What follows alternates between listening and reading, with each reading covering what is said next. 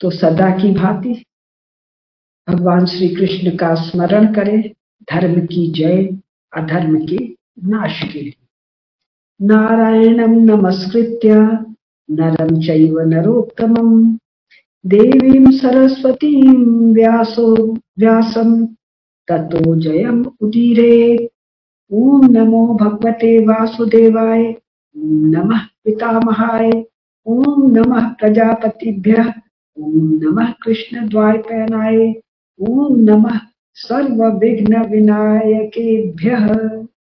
तो हम लोगों ने पिछली बार सुना कि प्रजा अलग अलग जो 5 पांडव है उनके किन गुणों को देखकर हर्षित होती थी, आनंदित होती थी। क्यों?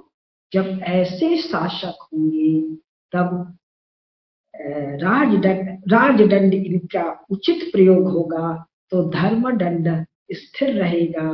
धर्म के कारण आनंद होगा, उल्लास होगा, उत्साह होगा, ओज होगा, रोना धोना हाय हाय किलकिल गिलगिल नहीं होगा। शौर्य होना चाहिए शासकों में।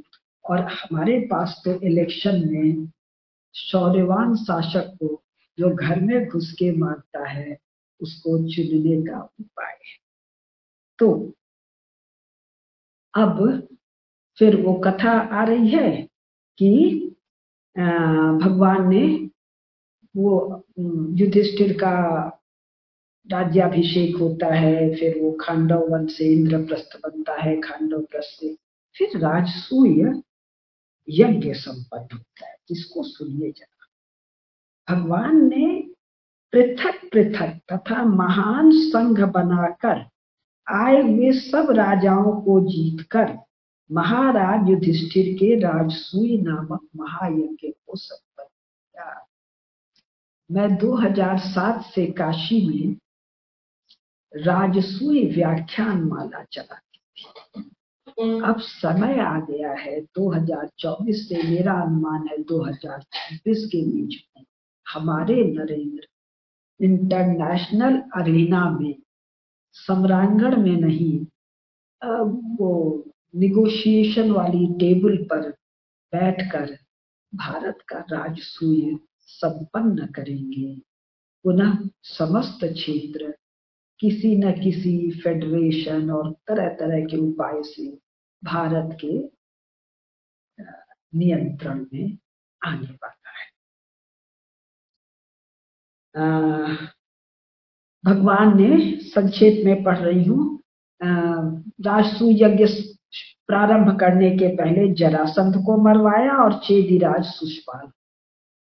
अपने नरेंद्र ने पाकिस्तान के हाथ में भीख का कटोरा थमाया और शी जिनपिंग बेचारा अपने ही बूढ़ा भी हो गया और उसका जो वो क्या है बेल्ट एंड कौन सा रोड इनिशिएटिव सीपैक है या क्या है, तो उसको सब जगह ध्वस्त किया। तो राजसूय के पहले क्या क्या अवरोध हटा देना चाहिए, किनसे मित्रता कर लेनी चाहिए, किन को न्यूट्रल कर देना चाहिए और किन शत्रुओं को हतबल कर देना चाहिए। तो जो राजसूय यज्ञ हुआ तो उसमें जो उपहार आया, उस समय इधर उधर विभिन्न देशों तथा नृपतियों के यहाँ से संपूर्ण जम्बूद्वीप मतलब संपूर्ण यूरेशिया सब वर्णन आएगा। कोई ये लाया, कोई वो लाया, कोई वो लाया। तो जो इकोनॉमिक ज्योग्राफी के स्टूडेंट्स होंगे खटाखट क्षेत्र लोकेट कर लेंगे। मणि सुवर्ण रत्न गाय हाथी ये सब आए। कैसे कैसे कंबल आए, तो किस पशु के ऊन के है उससे वो क्षेत्र और राज्य का नाम लोकेट कर लेंगे। मृग चर्म रंकु नामक मृग के बालों से बने हुए कोमल बिछौने आदि आए। चीन से भी आया था सोना, तरह तरह के सोने भी आए, उसका भी वर्णन आएगा। उन क्षेत्रों में आज भी वही सोना वैसे ही निकल रहा है। तो पांडवों की यह समृद्धि देखकर दुर्योधन के मन में बड़ी ईर्ष्या हुई और जो मैं नामक या विश्वकर्मा ने जो इंद्रप्रस्थ में महल बनाया, उसमें जो माया थी, माया यानी जहां पर लग रहा था स्थल है वो जल था, जो जल लग रहा था वो स्थल था। तो दुर्योधन का पांव फिसला, भीमसेन हंस। और इन नालायकों ने क्या किया, सीधे सीधे कहा कि महारानी द्रौपदी हंसने लगी और महारानी द्रौपदी के मुख में डाल दिया, अंधे का पुत्र अंधा होता है। वो श्रेष्ठ पांचाल कुमारी, ऐसी सुलक्षणा, ऐसी सुंदर शील से संपन्न अपने ससुर का उपहास करेगी, ये किसी को कल्पना नहीं है। लेकिन कांग्रेस के राज्य में इनकी हिम्मत इतनी बढ़ी हुई थी उस स्क्रिप्ट राइटर की, तो फिर क्या कह दिया, द्रौपदी न होती तो महाभारत का युद्ध न होता। सब मन से कथा, इसमें ऐसे बहुत से उदाहरण मिलेंगे जहां मन से इन्होंने घटना को गढ़ा। इन सब लोगों को प्लेगरिज्म के लिए दंडित किया गया।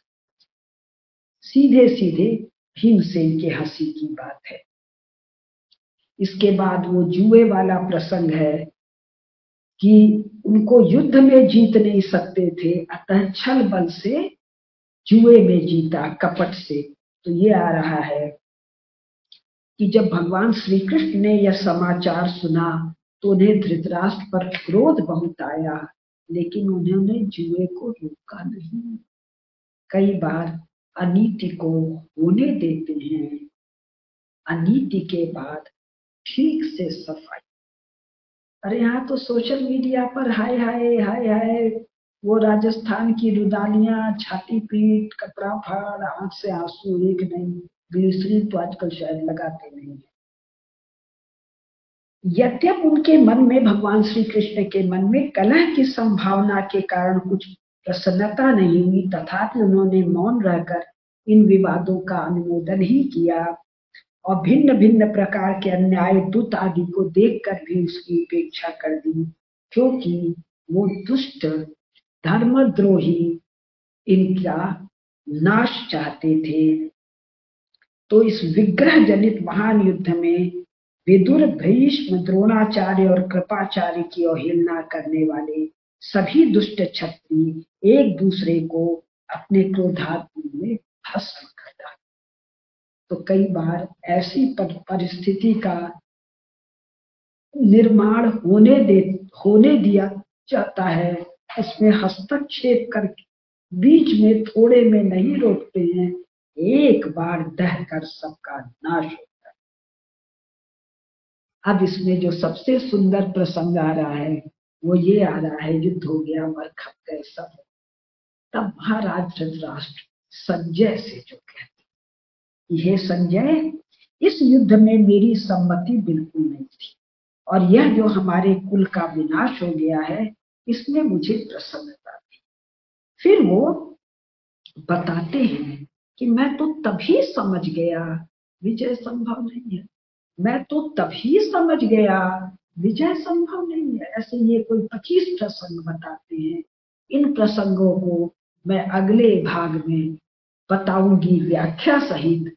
आज के दिन 2024 में हम हिंदू जान लें, महात्मा धृतराष्ट्र, सम्राट धृतराष्ट्र, राजनय के अद्भुत जानकार धृतराष्ट्र, शारीरिक बल में अद्भुत बलशाली धृतराष्ट्र, जो भीम को एक बार में ही चकनाचूर करने का सामर्थ्य रखते हैं, जो केवल पुत्र मोह में पड़ गए थे, वो बताते हैं क्या क्या होने पर विजय संभव नहीं है। अरे हम भारतवासी उनसे ये तो जान ले, ये जो हमारे ये जो 3 पापी, दुर्बुद्धि, पापात्मा, कामी, भोगी, मतलब इनके लिए जो भी शब्द का प्रयोग करें, वस्तुतः पैशाचिक, इनका तो हार निश्चित है, पराजय निश्चित है, हमारी जय निश्चित है। ये हम चर्चा करेंगे अपने अगले भाग। तब तक के लिए नमस्कार। धर्म की जय हो, अधर्म का नाश हो, प्राणियों में सद्भाव हो, विश्व का